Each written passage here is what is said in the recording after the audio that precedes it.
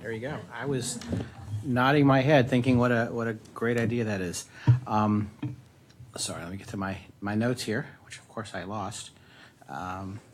Anyway, so my name is Ron Kline. I'm a pediatric hematologist oncologist by training.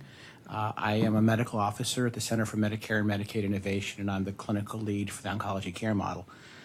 And I'm happy to note that the last two speakers were both members of OCM, so they've put their money where their mouth is, and they're taking a step forward in terms of trying to deliver care in a different way, and they're proud that they're part of OCM. So I'm going to be the most boring speaker on this panel.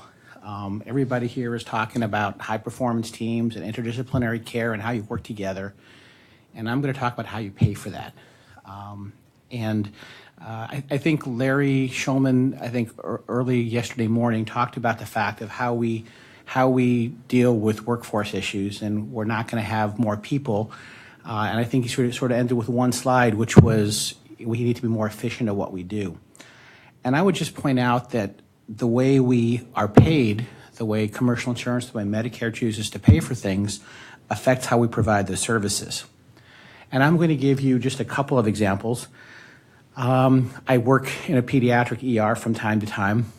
And when I work in the pediatric ER, there's a checkbox I need to check that says history taken from someone other than the patient. Now, when your patient is 2 years old, that seems like it would be obvious. But by checking that box, we get extra points that supports extra billing.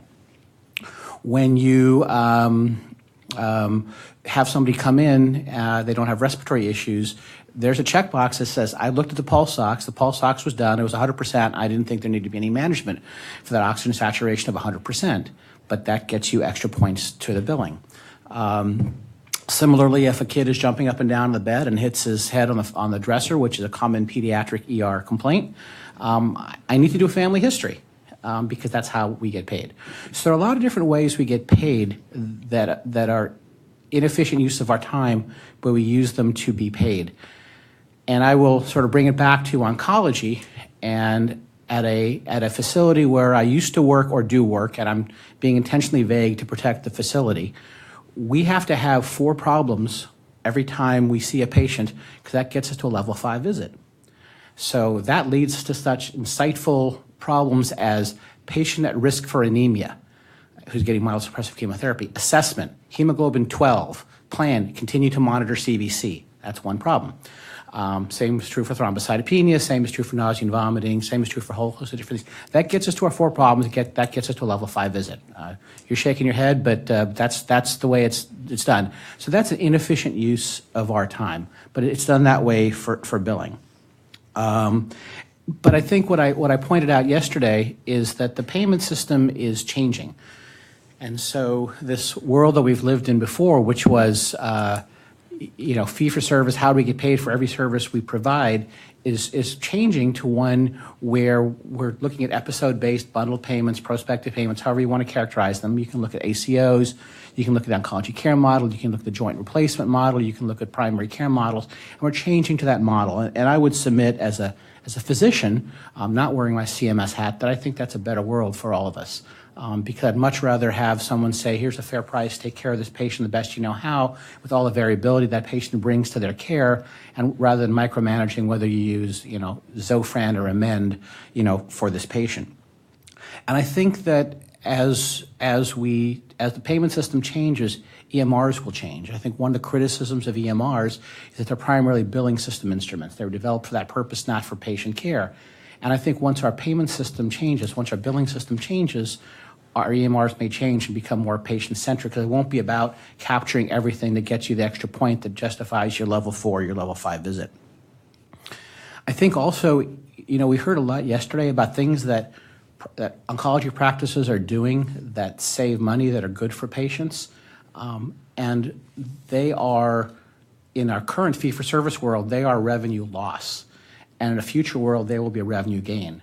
So when you avoid an ER visit and potential hospital admission, that is good for the patient, that is good for the healthcare system, that is good in an alternative payment model.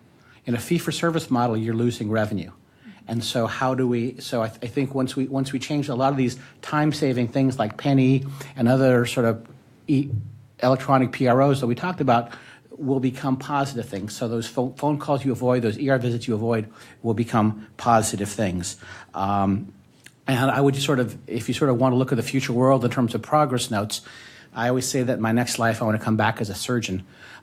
Because if you've ever looked at a surgical process, how are surgeons paid, right? They have a 90-day global payment. They do the surgery, they get paid, and then what they write in their progress note on post-op day, whatever, 1, 2, or 3, it doesn't affect their payment. So if you ever look at a surgical progress notice, post-op day 2, status post what, patient, pain controlled, afebrile, wound clean, passing gas, we'll see tomorrow.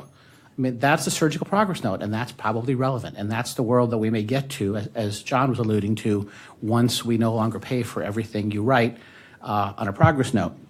And then the last thing I'll just add to Susan Denser's presentation, which I thought was really interesting, is that everything she pointed out now in terms of technology helping medical care is a money loser in a fee-for-service system. Not necessarily money loser, but you give up a service you can bill for to do what she's talking about. In an alternative payment model, they become money makers. And so I think that's an important way to think about how the payment system will change. And with that, I thank you and pass it on.